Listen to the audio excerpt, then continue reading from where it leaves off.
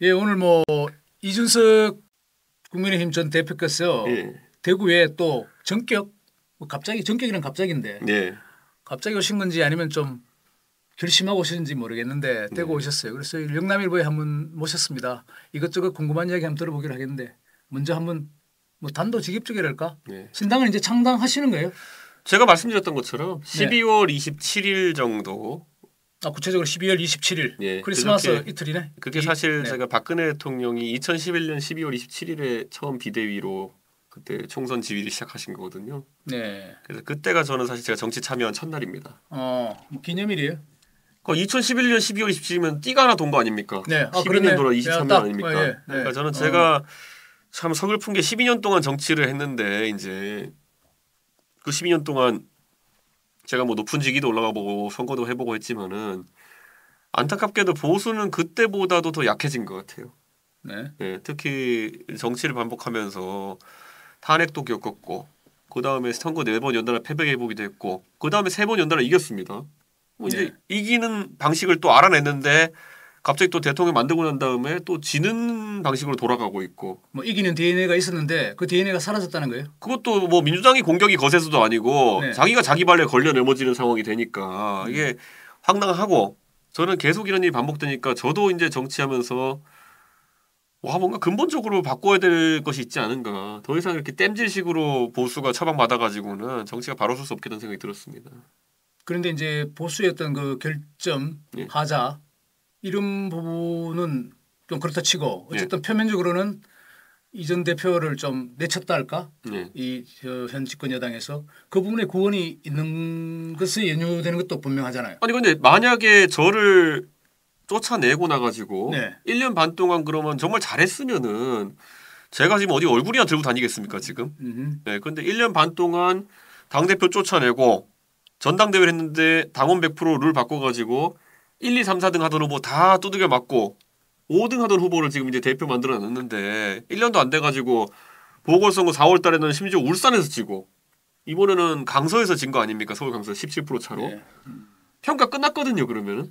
근데 총선은 이제 뭐 4, 5개월 뒤로 다가오고 하는데 보통 이 정도 되면은 비상등 켜고 난리 납니다 지금 보면은. 근데 지금은 천하태평입니다. 그래가지고 뭐 이래가지고 이제 뭐 다 같이 망하는 거 아니냐 생각하고 있습니다. 명분은 그런 보수 재건 내지는 보수의 어떤 재건축 이런 뭐 측면에서 좀 보시는 것 같기도 한데 그럼 다시 한번 모드로 돌아가서 신당을 확실히 창당하신다. 12월 27일이다 그건. 네, 그때 결심을 하려고 합니다. 결심은 그때 한다. 네. 그럼 탈당을 하셔야 되잖아요 어쨌든. 그때가 아마 그 결심한 지점이 될 겁니다. 그럼 아직 완전히 강을 건너진 않고 강나루에 지금 나룻배를 세워놓고 있다 이렇게 보면 됩니까? 그럼 제가 말씀드리는 게 12월 27일까지 전면적으로 대통령실과 당이 정신 차리지 않으면은 그렇게 하겠다는 건데 이거 지금 방송 보시는 어느 누구도 그때까지 대통령실이나 아니면 당이 전면적 변화가 있을 거라 예측 안 하시지 않습니까? 지금 무수히 많은 지점이 있었음에도 안 아픈 척 아니면은 땜지식 처방만 해온 거 아닙니까? 이건 우리 정치를 많이 좀 보는 사람들이 아이 정치인들끼리 이렇게 막 기관차가 달리듯이 할 때는 마주 보면서 좀 극적인 효과를 뭐 더 클라이맥스의 극적인 효과를 더 노리기 위한 것일 수도 있다. 그냥 뭐 이준석이라는 대이준석이 뭐 그렇게 함부로 아니면 대통령인들 집권 여당의 어떤 수뇌부인들 뭐 그냥 하자는 대로 이렇게 해서 봉합해서 합의하지는 않을 거다. 갈등이 최고조에 갔을 때 아마 뭐 흔히 이야기하는 극적 합의 뭐 그런 경우도 있을 수 있겠고요. 근데 지금 상황에서는 제가 봤을 때 우리 쪽 기관차가 더 세고 크다라는 확신이 있으면은 들이받아 버릴 수도 있는 겁니다. 그거는 그거는 상황 판단에 따라서 다른 거고요. 그러면은요 이건 좀 뭐 상업적인 딜 같아서 느낌이 안 좋을 수도 있지만 이 딜이란 게 합의라는 게 대통령의 어떤 굴복을 완전히 요구할 수는 없잖아요. 지금 어떤 레퍼런덤 그러니까 국민 투표를 통해서 대통령에 당선되신 분이고 그분이 뭐 공개적인 사과를 한다든가 이렇게 하기 힘들 텐데.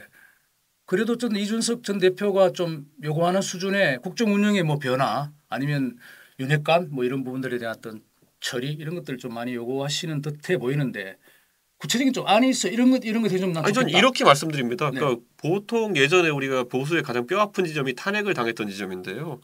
그러면 그 탄핵은 어디서부터 기인됐느냐? 그 탄핵 전에 있던 총선에서 122석으로 쪼그라들면서 당한 거예요. 그 다음에 뭐 반란표가 얼마 나와서 그것 때문에 탄핵당했니 이거는 사실 부차적인 게 그 총선에서 크게 이겼으면 절대 탄핵이란 건 이루어질 리도 없었습니다. 최순실 사태가 터지지도 않았을 것 같고요, 제 생각에는. 근데 그때 그러면 그 총선 2010년 총선에서 왜 그러면은 새누리당이 망했습니까?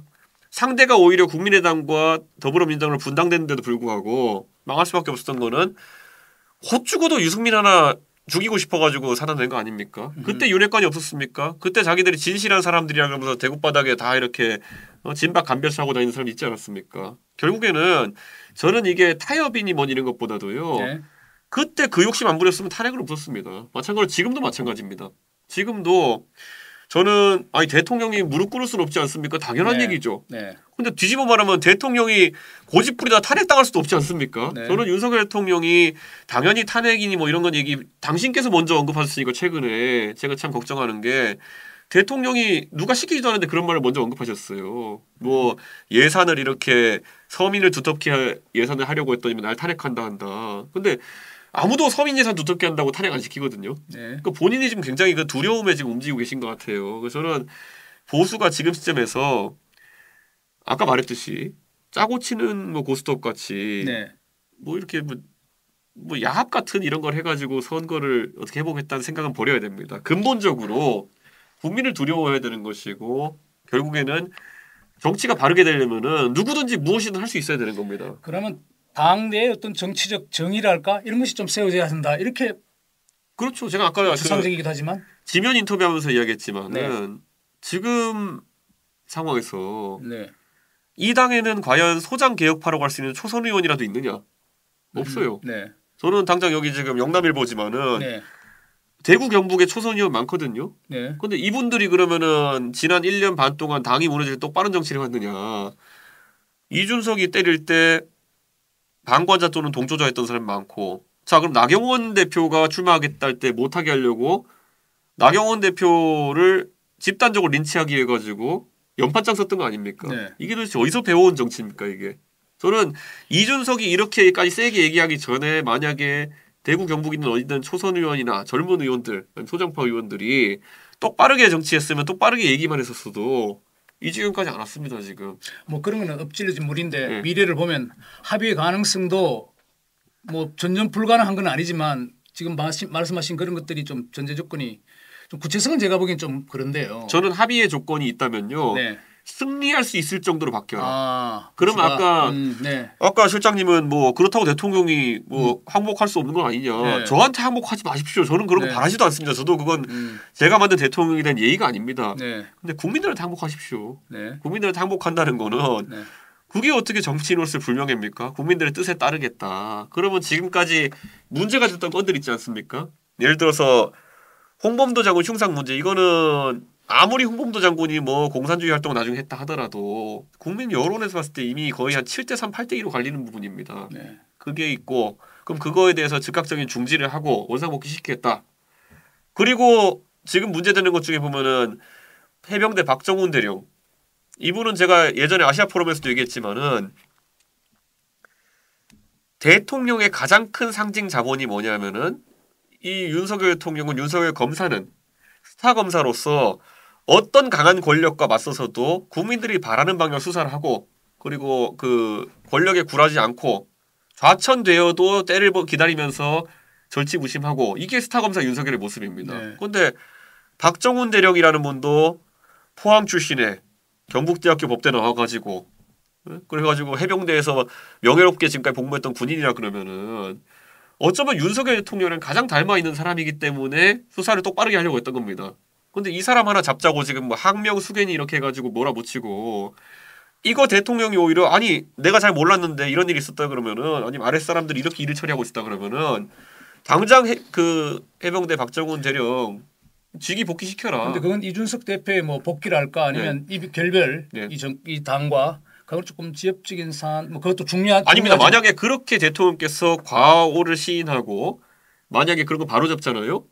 제가 신당을 하고 싶어도 명분이나 건덕지가 없습니다. 아니 대통령께서 바뀐다던데 너도 이제 힘을 못 해야지. 너는 그러면은 대통령께서 네가 요구한 대로 다 하셨는데 너는 그럼 끝까지 신당한다고 해가지고 각을 세울 거냐 이렇게 여론이 바로 돌아섭니다. 물론 그거 외에도 지금 두 가지만 얘기했지만은 나는 오늘 뭐 구체적으로 이런 조건 주면 좋겠다. 네. 뭐 대구 출마 뭐 공천을 주고 내가 선대위원장을 하면 난 할 수 있다. 이런 대답을 한번 기대도 했는데 그건 아직 그건 전혀 아닙니다. 그거는 저는 지금까지 제가 뭐 아버지 어머니 대구 출신이지만은 제가 지금까지 대구 정치하겠다 그러면 기회가 얼마나 있었겠습니까? 제가 대구 출마한다는 거는 국민의힘 후보로 대구 출마하는 시나리오는 없을 겁니다. 제가 대구 출마한다는 거는 정치를 바꾸기 위해서 오히려 신당을 했을 때 가장 어려운 게 대구를 넘는 것이기 때문에 하겠다는 거지. 그래서 불현듯 생각난 건데 예. 나이가 젊으시니까 예. 시간은 이준석 편이다. 이렇게 좀 생각도 합니까 혹시? 저는 근데 그것도 저는 약간 느낌이 안 좋은 게 네. 보통 정치하면 이제 젊은 사람들한테 이렇게 많이 말씀하십니다. 아니 니는 아직까지 20년 30년 시간이 있으니까 왜 빨리 가려고 그러냐. 네. 참고 기다려라. 근데 그 말이라는 게 보통 다른 데 하는 말이랑 좀 다르지 않습니까? 사업하는 사람들한테는 야, 저 나라는 30대가 그 기업을 차려가지고 몇 조 원 기업 만들기 짝짝짝 하면서 정치는 느리게 가라. 네. 정치는 아니 사람이 저도 제가 20대일 때 제 머리 쌩쌩한 거랑 30대 때 쌩쌩한 건 다른데 저는 왜 기다려가지고 그러면은 그걸 해야 되는 것인지 아니면 그러면 지금 제가 예를 들어볼게요. 저는 제가 젊은 정치인 중에 예전에 제일 신뢰하고 제가 따르던 정치인이 원희룡 장관입니다. 네. 원희룡 장관 30대 때 정치 시작해가지고 바른 소리 많이 하고 누가 뭐라 그래도 굴하지 않고 바른 소리 하던 사람이 지금 60대 가지고 저는 많이 바뀌었다고 생각합니다.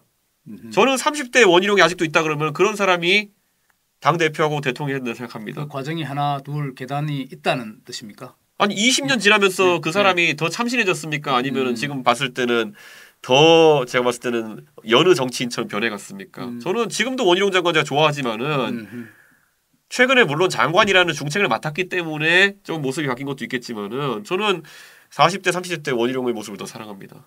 근데 이제 아까 지엽적이라는 거, 그 수사관 이런 부분 이런데 어제 그 공매도에 대해서도 한번 좀 비판하셨죠. 예. 근데 저는 이제 비판하시는 건 좋은데 이런 생각 좀 했었어요. 뭐 제가 그건 잘 모르겠지만 그 측에 뭐 자본주의 논리에 따르면 금융시장에서 뭐 있어야 되는 제도이고 뭐 한데 어쨌든 현실적으로 개인 투자가들은 2%밖에 안 되고 공매도를 하는 비율이 외국인 내진 기관 투자가들이 98%라면 또 금융당국에서 말하듯이 뭔가 장난을 치는 구석들이 많이 발견됐다 이러면 한번 고치는 것도 일단 금지시켜 놓고 좀 시간을 두고 내년 뭐 이게 총선 전략이면 분명하지만 그런 상황이 있다면 이준석 대표도 그런 거는 은근슬쩍 뭐 현실이 그러니까 저게 좋다 나쁘다를 섣불리 이야기하지 않는 것이 좋지 않을까 저는 이런 생각도 들었거든요. 저는 이렇게 생각합니다. 주식을 하면은 예를 들어서 내가 돈을 잃고 돈을 따는 이유에 대해 가지고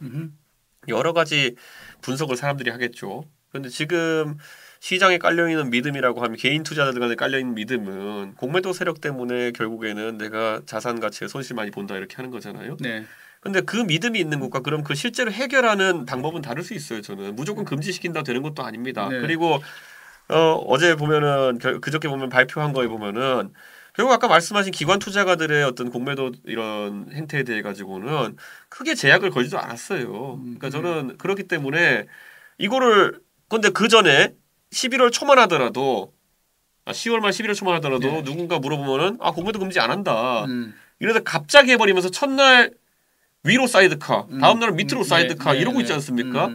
이거는 굉장히 위험한 그런 행동인 겁니다. 예를 들어 여기서 제가 그냥 가정법이지만은 만약에 이 정책 결정하는 사람 중에 단 한 사람이라도 이 정보를 미리 유출시켰다고 한다면은 작전 세력입니다. 그 정부가 이런 식으로 일 처리하면은. 그러니까 저는 이거는 굉장히 위험하다. 근데 발표는 그날 일요일 그전 토요일 날 된 것 같은데. 근데 이것에 따라 가지고 그러니까 장이 막혀 있는 동안에 발표됐기 때문에 월요일에 처음 열리자마자 확 난리 난 거 아닙니까? 그러니까 저는 이거는 그 전에 그걸 알았으면 작전 세력이죠. 이거는 그 전에 다 매집해버리면 되니까. 좋습니다. 그 정도라고. 그러면 다시 돌아와서 신당 창당은 뭐 결심은 12월 말 27일. 한번 12년이 돌아서 그 뭐 기념일 비슷한 날쯤에 한다는 것이고. 저한테 의미가 있는 날짜입니다. 그리고 뭐 극적 합의 이 부분은 완전히 배제할 수는 없는데. 저랑 합의하시는 게 아니라 국민들 그런 부분으로 국민들한테 항복하시면 됩니다. 무슨 카드를 내가 던지는 건 아니다 이렇게. 그럼 돌아가서 좀 지금 신당 뭐 대구에서도 출마 뭐 신당하면 네. 뭐 이제 신당이 안에서 이준석이라는 사람이 나오니까 당신이 그러면 대구 험지가 될 수 있기도 하고 뭐 아니면 당의 어떤 추동력을 얻을 수 있기 때문에 대구 출마 이렇게 얘기하신. 그 신당이라고 하면은 당장 뭐 비례대표 출마하는 사람도 있을 테고 서울 출마하는 사람도 있을 테고 아니면 뭐 딴 데 광주 가는 사람도 있을 할 텐데 당을 만든다는 건 굉장히 어려운 과정입니다.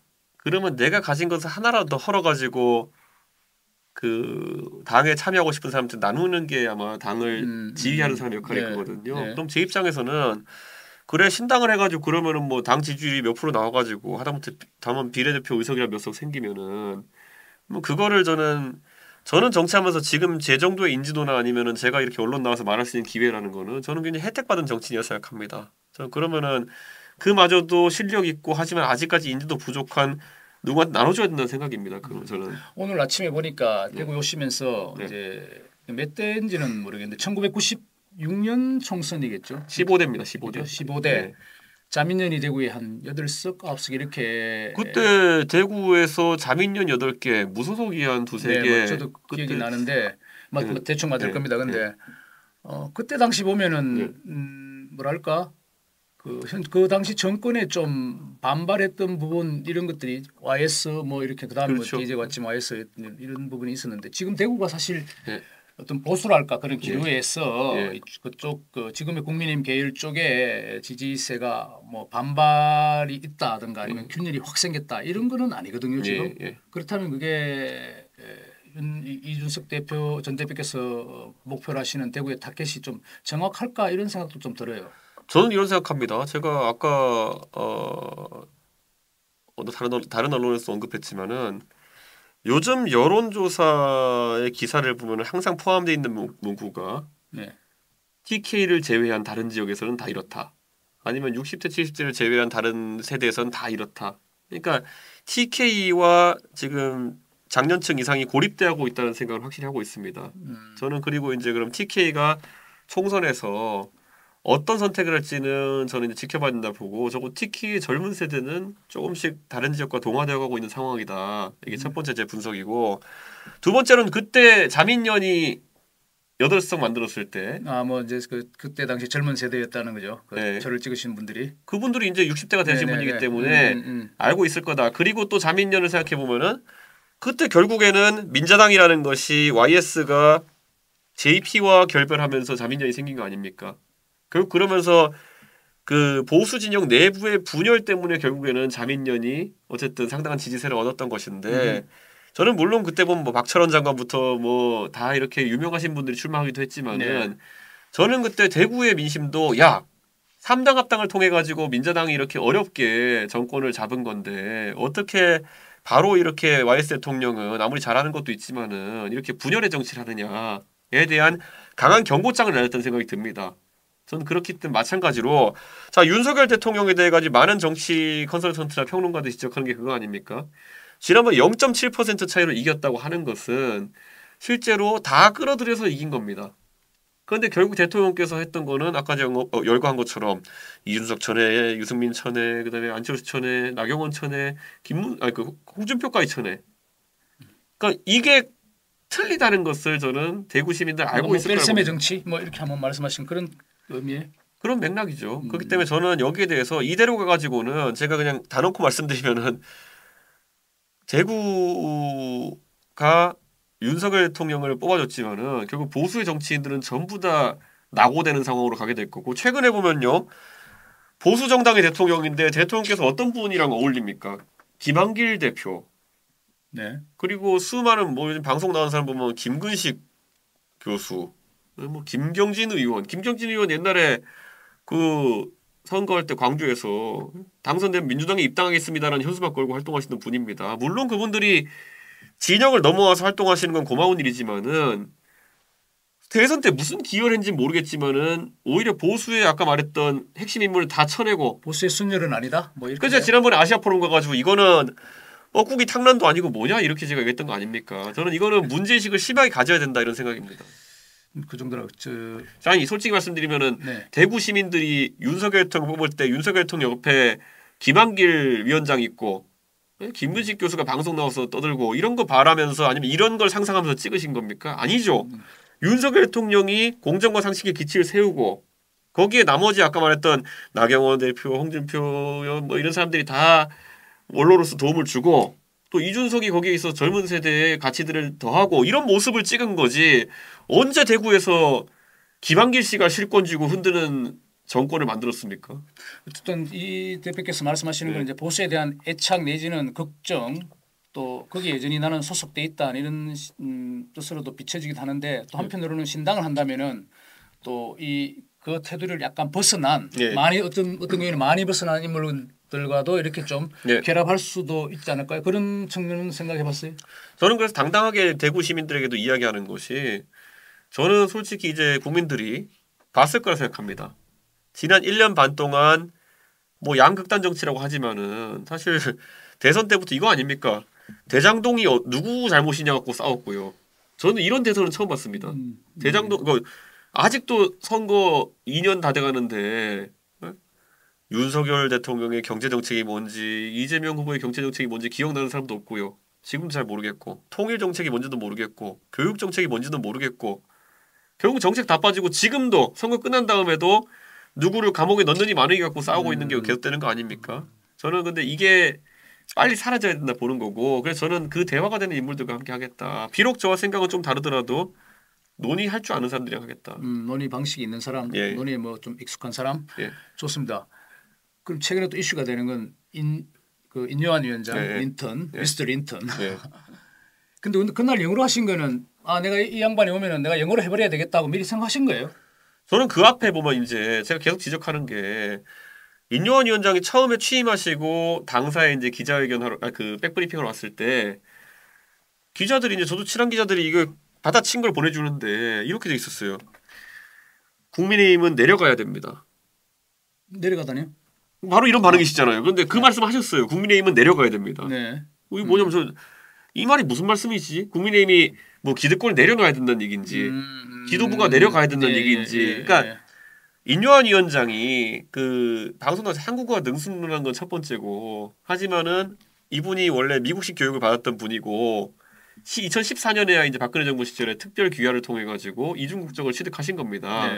지금 그래서 여의도에 있는 일선 기자들 사이에서는 그 소통이 있어가지고 어려움을 겪고 있는 사람들이 되게 많아요. 실제로 그래서 또 보면 이런 거 있지 않습니까? 1호 혁신안에 나온 게 대사면령 아닙니까? 그래서 저희가 이제 홍준표 시장도 그렇고 저도 지적했던 거 아닙니까? 사면이 도대체 어느 때 쓰는 말인 줄 알고 쓰는 거냐? 그러니까 이게 지금 그러니까 이 작은 뉘앙스 차이 하나가 얼마나 지금 큰 정치적 분란을 만들었습니까?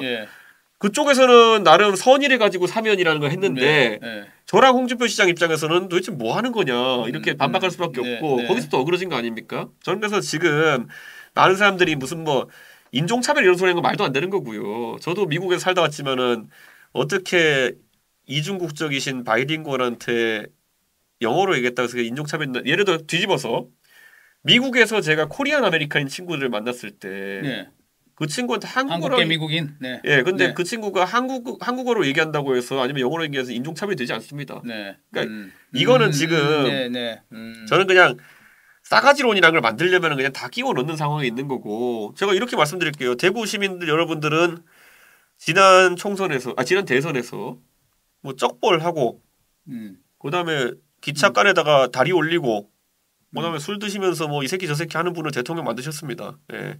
제가 그랬습니까? 제가 이게 또 이 말이 또 싸가지 없다 할 수 있겠지만요. 아니 그럼 민주당 지지자분들은 지난 대선 때 뭐 재밌는 대화를 가족 간에 하시던 분을 대통령을 뽑으셨습니다. 그러니까 저는 어이가 없는 게 그러니까 이런 생각이 들어요. 그러니까 저한테 예를 들어서 뭐 여성 혐오니 장애인 혐오니 이러셨던 분들도 제가 딱 한마디만 합니다. 그러면 이준석이가 그렇게 여성 혐오를 한다는데 여성 혐오 한 문장 하나만 가져오십시오. 혐오는 말로 하는 거거든요. 근데 아직까지도 저한테 한 문장을 제시하는 걸 못 봤어요. 그러니까 이런 말의 잔치보다는. 근데 저는 그날 영어로 구사했다는 이제 소식을 우리 만약에 인터넷에서 먼저 올라오니까 글로 봤을 때는 이건 오늘 이준석이가 이거 피크 치는 거 아니야? 피크라는 건 이거 큰일 났다. 이게 조금 뭔가 이게 분위기가 이상하다. 그래서 일부러 이제 현장에 이렇게 이제 나중에 녹화가 나는 봤는데 뭐 그렇게 또 글이란 게 좀 매섭잖아요, 그죠? 굉장히 글로만 봐서는 굉장히 매서워 보여서 아 이게 좀 이렇게까지 가는 거는 좀 뭔가 이렇게 이상하다 이렇게 생각했는데 또 전체 장면 이게 뭐 보니까 뭐 그렇게까지는 뭐 아닌 것 같던데 지금 여기서 이제 보면은 뭐 언론이 사실 쓰는 거에 대해서 저는 항상 언론 탓을 한 적이 없기 때문에 하지만은 언론이 잘 썼다 못 썼다 이게 아니고 글이라는 자체로만 보면 그렇죠. 저도 어떤 뭐 감정을 실어놓은 말이 아니니까 저도 살면서 미스터 린튼 씨와 같은 개념이라고 생각해 본 적도 없고 그리고 저는 이런 생각을 하는 겁니다. 그러면 만약 인요한 위원장한테는 저는 인요한 위원장이 앞에 정치적 의사를 전달이 미숙해가지고 몇 번 그런 사고가 있었으니까 저는 그냥 아니 오신 김에 편하게 말씀드린 거고 그러면 그게 싫으시면은 다음부터는 그러면 뭐 천천히라도 한국어로 대화하시죠 하면 되는 건데 여기다 갑자기 인종차별 이래버리면은 그거는 말이 안 되는 거거든요. 제가 이 말씀 드리는 이유는 자 보십시오. 요즘 방송 보면은 이제 민주당 쪽 패널들도 그렇고 방송 나와가지고 어제 오늘 계속 이준석 때리기 하고 있지 않습니까 보면은. 근데 그 의미는 결국 신당이라는 게 실체화되면은 결국 각 당에서 부담을 느끼는 부분이 있기 때문에 나와서 때리는 것일 텐데 저는 다 이해하고요. 근데 다만 지금 신당이나 이런 것의 공간이라고 하는 것은 윤석열 대통령과 이재명 대표가 어떻게 하는지에도 달려 있으니까 그것부터 신경 쓰는 게 좋지 않을까 생각합니다. 신당이라는 게 또 돌아가서 말씀드리면 이게 보수의 좀 안전한 균열인데 굉장히 부담이 있을 텐데 어쨌든 또 보수 그 테두리에 속하신다고 여전히 보시는 스스로 이게 참 뭐랄까 가혹한 보수에 대한 또 하나의 이준석 전 대표가 내리는 징벌일 수도 있지 않을까 이런 생각도 드는데. 아닙니다. 저는 그러면은 이제 사람이 제가 당 대표할 때는요 당의 메시지가 일원화됐어요. 당 대표할 때 제가 당 대표할 때는 당의 메시지가 하나로 정리돼가지고 적어도 국민들이 혼란은 없었거든요.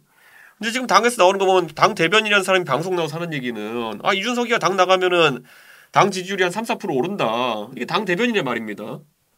그럼 그대로라면 이준석이 꼭 창당할 수 있도록 오히려 도와야 되는 거 아닙니까? 근데 이게 제가 이런 말씀 드리는 게 애초에 그러니까 이러면서 본심이 들킨 거 아닙니까? 네.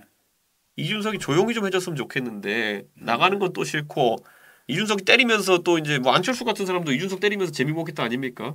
근데 그러고 싶은데 나가면 또 안 되고 뭐 그러니까 저는 제 입장에 봤을 때는 이 사람들이 나라를 걱정하고 보수 진영을 걱정하고 대한민국의 정치 문화를 걱정한다면은 이런 식으로 왔다 갔다 할 수 없는 겁니다. 예, 이런 식으로 왔다 갔어. 한쪽에서는 징계를 풀어야 된다고, 한쪽에서는 이준석이 제명해야 된다고 그러고, 한쪽에서는 이준석이 나가면 도움된다고, 한쪽에서 나가면은 보수에 대한 배신이라 그러고. 저는 그걸 뭐 정당 내 이것저것 다양성이라고도 한번 흡수할 용의는 없어요. 그런 것들을. 다양성이 싫어서 대표를 또 내쫓았잖아요. 그러니까 저는 다양성을 갖출 거면 다양성 갖추고 다른 소리를 용납하지 않을 거면은 그런 것부터 정리해야 되는 겁니다. 그러니까 저는 제가 지금 뭐 말꼬리 잡고 하는 게 아니라 저는 정당이 그렇게 시끄러운 게 싫다 그래서 이준석이 내쫓은 다음에 그럼 이 정당 내에 그러면은 지금 이준석에 대한 다양한 얘기를 제가 어떻게 받아들여야 되는 겁니까? 그러니까 지금 인요한 위원장이 아무리 가면서 무슨 뭐 이준석이 역할을 한다 들리지가 않아요. 대변인 어디 방송 가가지고 이준석이 잘라야지 3, 4% 오른다 그러고 있고 혁신위원장은 다른 얘기하고 있고. 오늘 밤이라도 이 대표 조용히 좀 나 만나서 이야기 좀 했으면 좋겠다 이러면 한번 만나보실래요? 누가요? 인요한. 아니요. 아, 왜요? 안 만나지도 않겠다는 거는 좀 너무 그냥 제가 저도 그분을 생각해서 얘기를 안 했던 거지. 인요한 위원장이 방송 나와가지고 이준석을 만나기 위해 이준석 아버지한테도 연락을 한 적이 있다 이랬어요. 네. 자, 첫째로 저희 아버지는 연락을 받은 적이 없다고 하십니다. 예. 혹시 뭐 주변 아버님을 아시는 주변을 통해서 이렇게 한번 연락해 달라고 이렇게 하시진 않았을까? 저희 아버지는 받은 게 없다고 합니다. 네, 그렇기 때문에 뭐 그런 자 그럼 여기서 제가 받아볼 수 있는 느낌은 네. 도대체 인요한 위원장은 왜 저희 아버지를 통해서 연락하려고 했냐? 혁신위에 보면요, 뭐 오신환 의원 이런 사람 진짜 친해요. 네. 그러면 이준석 아버지를 통해서 연락하려고 했다 이런 거는 결국 이준석을 어린애 취급하고 또 그 프레임 걸어보려고 했던 거 아니냐. 저는 그러니까 칼 들고 들어오는 사람한테는 제가 대화할 수가 없죠. 그거는. 조금 전에 그 말씀은 영어 관련인데도 네. 페이션트란 단어는 네. 우리 이준석 대표가 먼저 쓴 용어인가요? 그날 영어로 페이션트. 굳이 왜 페이션트라는 거를 그 뭐 의사이기 때문에 인요한 왜냐면 인요한 위원장이 그 앞에 페이션트라는 거 용어로 사람을 만나고 다니면서 엄청나게 평가라고 진단을 많이 하셨어요. 자, 첫째. 이준석이라는 사람은 내가 의사라서 봤더니만은 마음이 많이 아픈 것 같다. 저를 환자로 지목한 거잖아요. 그러니까 혁신위원장이라는 게 당을 혁신하기 있는 건지 이준석을 환자로 보고 진단하는 건지 제가 그래서 환자입니까라고 물은 거 아닙니까? 저는 인요한 위원장이 그리고 사람 평가하고 다니고 보십시오. 자, 유승민 의원 만나가지고 2시간 동안 얘기했다고 한 다음에 유승민 의원 잘 아시지 않습니까? 그분이 얼마나 깐깐한 분인데 만나서 좋은 게 좋은 건 잘했을 거거든요. 2시간을 얘기했으면은 조목조목 이게 이래서 잘못했고 이래야 된다 다 했을 거란 말입니다. 그거 보고 나와가지고 유승민 의원이 밖에다 한 말. 와, 유승민 만나봤더니 코리안 젠틀맨이다. 살면서 코리안 젠틀맨이 말 써본 적 있으십니까? 뭐 외국인이 할 수 있는 말 같기도 하고 외국인이라면 그래서 방금 전에 말씀하셨잖아요. 필요할 때는 외국인의 정체성, 필요할 때는 또 나 한국인이에요 이거잖아요. 근데 이게 저는 유승민 의원 입장에서 굉장히 모멸적일 것 같은 게 2시간 동안 얘기해가지고 혁신 방안 다 얘기했는데 나가서는 유승민 참 좋은 사람이야 이러고 앉아 있는 거 아닙니까? 그리고 대한민국에 뭐 유승민 의원을 박근혜 대통령과의 관계 때문에 싫어하고 좋아하는 사람이 있을 수는 있겠지만은 유승민 의원이 예의가 바르지 않다거나 젠틀맨이 아니라고 생각하는 사람은 없어요. 근데 이분은 뭔데 가가지고 그거를 평가하고 있습니까? 4선 지낸 국회의원 대선 후보 출신에게 그걸 왜 평가합니까? 그러니까 마찬가지로 보세요. 저한테도 딱 그거 아닙니까? 아픈 사람 같아요. 뭘 그런 걸 평가하고 다닙니까? 그거를 보고 나니까 그 다음부터 인요한 위원장보다 나이 많은 어르신들을 만날 때는 어떻게 대합니까? 그분들이. 딱 김종인 위원장 만나고 나와가지고 앞에 딴소리하고 왔을까봐 기자들 딱 보자마자 환자는 국민의힘이야 이러잖아요. 그리고 그 다음에 홍준표 대표 보십시오. 어제 보면 홍준표 시장 딱 대고 오니까 딱 아예 할 말 하려고 딱 기다리다가 한 10분 동안 갖다 붙잖아요 그냥. 그러니까 자기 말이 그대로 전달되지 않을 걸 알기 때문에 이제는 그런 대접을 받는 겁니다. 홍준표 시장 말씀하셨으니까 좀 궁합이 맞아 보이는데요. 아니 홍준표 시장 원래 또 싫은 거 있으면 또 뭐라 하시고 그렇죠. 그래 또 나중에 가가지고 또 조언해 주시면 조언해 주시고 또 제가 상의 드릴 건 상의 드리고 저는 근데 그런 분들이 더 좋아요. 홍준표 시장이 뭐 했다가 버럭하시고 이러다가 또 다음번에 전화 드려가지고 또 대표님 뭐 이거 궁금한데 좀 물어보고 싶습니다 이렇게 하면 또 잘 대답해 주시고 조언도 주시고 저는 그런 게 저는 진짜 원로라고 봅니다. 사실 머쓱할 땐 머쓱하고 그다음에 아주 조언할 때는 조언하고 또 감싸줄 땐 감싸주고 이게 원로지 뭐 해가지고 그런 역할 안 하는 분들 그냥 대접만 받으려 하는 분들은 저는 그거는 원로 아니라고 생각합니다. 다시 한번 시간이 많이 지났으니까 야, 그리고 이렇게 생각하시는 분들이 있지 않겠습니까? 아까 우리 1996년 말씀하셨지만 그때 선거가 대구가 분열되고 나서 그 다음에 DJ가 이제 김대중 대통령이 집권하게 되잖아요. 아무래도 그런 상황인데 뭐 보수를 사랑하든 아니면 이거 진보 보수를 꼭 나누기 힘든 상황이 지금 대한민국이 되고 있다고 좀 보는데 어쨌든 국민의힘 계열의 보수라고 보면은 그쪽이 갈라지면 안 된다 안타까운 마음에 이준석 전 대표도 어쨌든 이러나 저러나 내년 선거에는 좀 잘 아까 말씀드린 법적인 합의를 통해서 공통 분모 공약수를 찾아가면 좋겠다고 바라는 사람한테 한 번 더 이야기하고 싶은 그렇게 바라는 분들 그 말했던 모든 분열과 그 다음에 그 뭐 상황에 대한 책임은 저는 YS의 판단에서 시작됐다고 생각합니다. YS가 결국에는 공화계를 다 쳐내기해가지고 움직이지 않았으면은 JP가 무슨 명분이 있었겠으며 JP가 무엇을 위해서 그렇게 했겠습니까? 결국은 모든 건 YS의 과도한 자신감에 따른 YS의 판단이었죠. 저는 그래서 지금 상황에서 그 모든 지적은 이 일을 시작한 사람한테 가야 된다라는 생각이고 제가 그래서 지난번에 기자회견하면서 소위 눈물의 기자회견하면서 결자해지 지난번에 하도 한자 선거 때 말이 많아가지고 이번에 동물이 안 들어간 걸 썼습니다. 결자해지. 뭐라고요? 결자해지. 동물이 안 들어간 거. 옛날 뭐 양두국 이러면 내가 개냐 이래가지고 결자해지는 동물 안 들어갑니다. 결자해지 이거 제가 안 묶었습니다. 묶은 사람 해결해야 되는 거고 결자해지 이렇게 되는 네, 오늘 뭐 하여튼 마지막 멘트를 하겠습니다. 급작스레 이렇게 좀 초청해서 응해주신 우리 이준석 전 대표 영남일보 찾아주셨는데 적극 인터뷰 이렇게 해주셔서 고맙고요. 하여튼 뭐 근성비입니다. 감사합니다. 네.